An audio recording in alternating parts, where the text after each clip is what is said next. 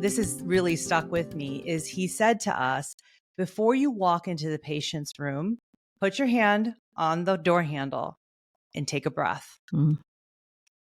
Center yourself and then walk into the room. I have never forgotten that. That is so cool. I didn't have the same teacher, but that's what I teach residents too. Amazing. But because I've had to do that because Mhm. when you're seeing so many patients in one day, there's just no other way to sort of take a moment to center. Right. So, I think it's really important, super Yeah. important. Yeah. So that totally brought that back. Oh my What gosh. are some of your favorite breathwork practices for the moment? Mhm. Yeah, I really rely on just a simple practice that really kind of learned to love when I was in my yoga therapy training, which is really just to tune in to the two parts of the breath, right? The inhale and the exhale. And I teach this a lot. The inhale is, exciting, it'll rev you up. The exhale is calming. And so, really, if you can just change the pattern of your breath and slow down your exhale to be a little longer than your inhale, that's really all you have to remember. You can actually shift your physiology right there. Right. So just remember to lengthen your exhale. You can do it by counting. You could link it to a movement. You could link it to an affirmation that you say in your head. Whatever it is, just make it a little bit longer and you will automatically start to slow down. So I find that in the moment when I'm really stressed, I don't know that I can even remember to do any kind of a specific breath practice Mhm. as we teach in yoga and Ayurveda. I just rely on this of like lengthen your exhale. So that's the one that I always use. I love that. I use that a lot. And I think it's helpful if people understand that if we can deeply breathe into our belly, down into using our diaphragm, and then do, as Avanti just said, do a little longer exhale, even a little longer, you can try to work your Mhm. way up to doubling the count, but Right. really just even lengthening it helps.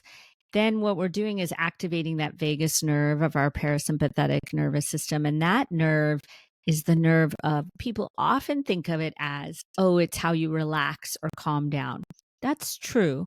But I would also just encourage people to understand that it's also the nerve that promotes safety and connection. Oh. And so, Mhm. what we really need when we're feeling overwhelmed is to connect to either ourselves or somebody around us and feel safe because we're feeling unsafe. The world is Mhm. really feeling that way right now.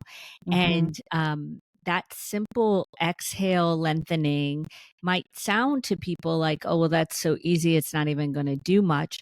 And what Right. I would just remind people is that there is real magic going on there. That's real medicine in your body.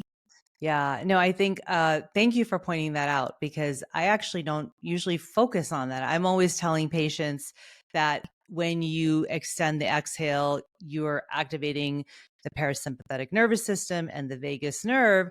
And so it shifts you, it down regulates you into this relaxation, calming state.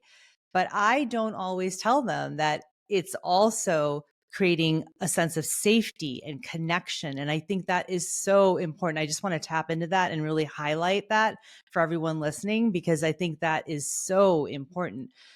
If you can tap into connection and safety, I mean, oh my gosh, like why wouldn't you take a deep breath and exhale a little longer? Because you're not only calming yourself, but you're also creating that connection and safety, which is like going to help you in so Right. many different ways.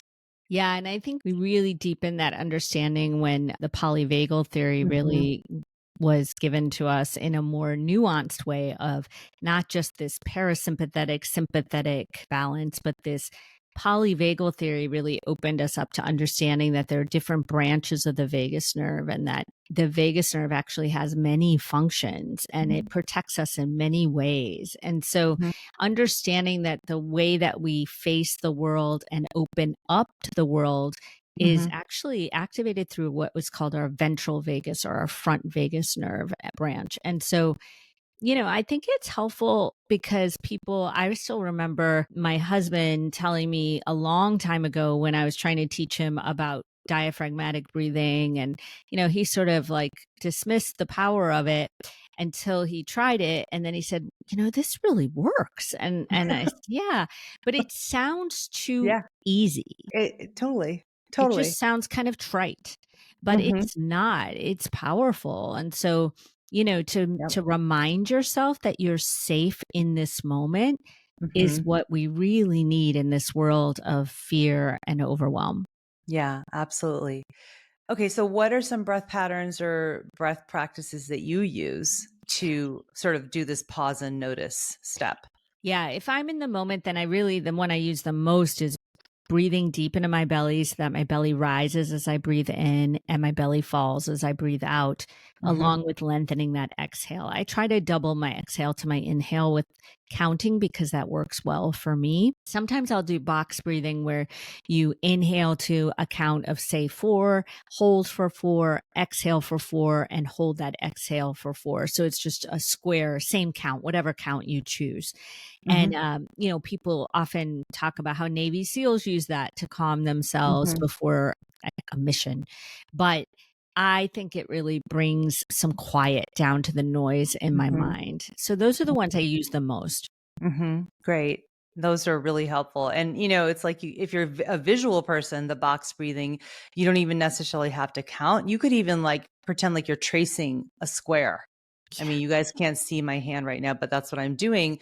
Inhale for 4, hold for 4, exhale for 4, hold for 4. And you could just do that, with your finger or in your mind. That can also be a helpful tool to visualize the breathing that you're doing. So, Yeah, I need to send you these breathing stickers I got. There's one right in front of me on my laptop. Mine's in a figure 8 uh-huh. and goes, you put your finger on it and do inhale, exhale. And the one that I Mhm. gave my son for his laptop is a square, just like you just said. Uh-huh. And sometimes it's my visual stimulus to just take a few breaths. Yes. Yeah. I mean, anything that works to remind you to pause and notice. I've even told, patients and students to, put an alarm on their phone to take like a mindful breath, Mhm. like a breath break and have that programmed in their phone as an alarm. And you can name the alarm on iPhones. So you could just name it, breath break or something.